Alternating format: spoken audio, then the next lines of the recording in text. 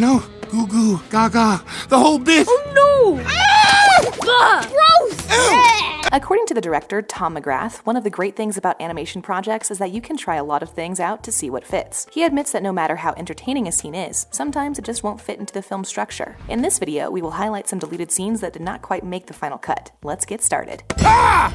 Don't look at me! Oh no!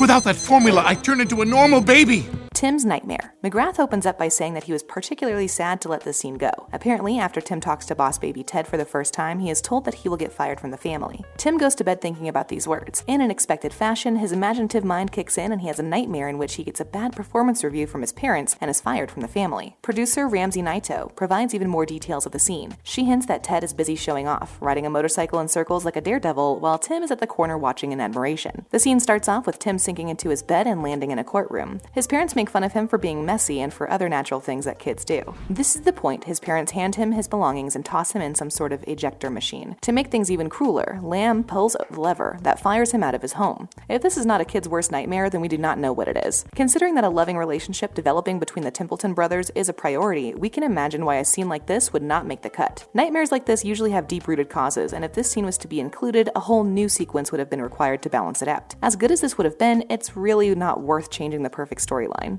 It's a meeting, and you won't be attending. Andale. The puppy interrogation. In the sequence where Tim tries to get proof for his parents that Ted is not an ordinary baby, a particular scene is deleted because it feels out of place. The scene opens up with Tim getting his camera ready and looking into the playhouse where Ted and his boss baby's friends are about to interrogate a puppy to get information on the soon-to-be-released Puppy X. Ted stands over the dog with rolled-up sleeves and hands on the table. You know, detective style. He tells the lying, cheating, dirty, heartless puppy that BabyCore is losing market shares just like he was losing his patience. Ted keeps hounding the puppy for information and the puppy is silently staring back at him. He even uses bacon to get the puppy talking. What makes this even more hilarious is that Tim is in the background, busy taking photos of the puppy interrogation so he can show his parents. The puppy gives in and lets out a bark, and the boss babies are left scrambling to interpret what he could have said. Ted even yells at one of the babies because she had apparently lied on her resume that she was fluent in puppy language. In the middle of the argument, the babies catch Tim in the window, and on Ted's order, they run after him. We can all agree that this scene would have been great to watch. Their production definitely agrees, as Naito recalls that she tried out different things just to possibly fit in the scene, but as nothing seemed to work, it was deleted. However, the scene that she was made to replace this one turned out to be equally perfect and certainly more effective. In just one scene, we see Tim eavesdropping in an attempt to catch Ted in the act while Ted is explaining the dangers that Puppy Co. is posing to babies and why the company has to be stopped. Two birds, one stone. The story is about cannibalism and burning people alive. Yeah. No wonder kids are so messed up.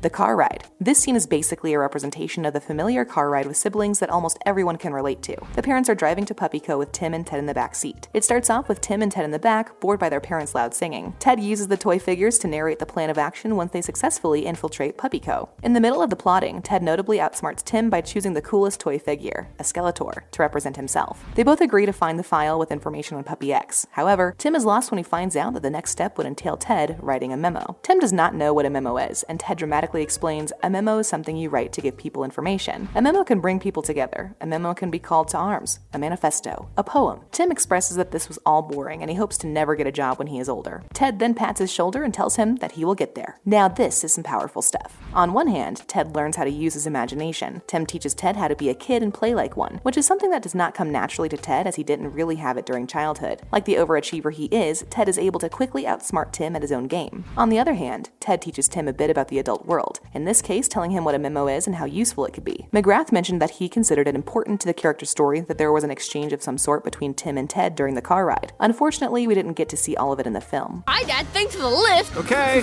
what? Let's move. Go to the Heartbreak Hotel. I'm going to the Heartbreak Hotel. And me too. And me too. The emergency landing. This particular scene is so funny that we are kind of mad that it did not make the cut. Have you ever been on a plane and someone's baby is crying so loud that the 70 decibel sound won't stop? If you have, then you can totally relate to what the director was going for with the scene. At the time the scene was created, the story was different. The scene opens up when Tim and Ted hear the announcement and find out that the plane they were on was not stopping at their destination. The plane was currently flying over Vegas and they needed to land in Vegas for the Puppy Co. event. Ted finds out that Tim is to blame for the current situation as he has failed to check the destination destination details before they go on board. So the Templeton brothers had to quickly devise a plan to force the plane to the ground. Ted is livid, but a remorseful Tim comes up with an idea that he claims Ted would not like. Ted dismisses his concerns as he is willing to do anything to complete the mission and get his private office benefits at Baby Corps. So what did the Templeton brothers do? The most logical thing: make every single baby on the plane cry. Now, how were they able to pull this off makes the scene even crazier. Tim pulls the purple nurple on Ted. In case you were wondering, the trick involves a hard pull and squeeze on the nipple. As intended, Ted starts to wail and it makes a downward turn from there. Every baby on the plane joined in the uproar, and conveniently, there was quite a lot of them. The exaggerated reaction of the adults adds an extra layer of comedy to the scene. Someone even pulled her hair out just so the discomfort from the noise would stop. The pilot turns the plane around and begins requesting an emergency landing from the Las Vegas control tower. The scene closes with Tim and Ted sliding out of the plane. Unfortunately, the story changed along the way, and as such, the scene no longer had a place in the movie. Well, my parents, they're a little wacky, so...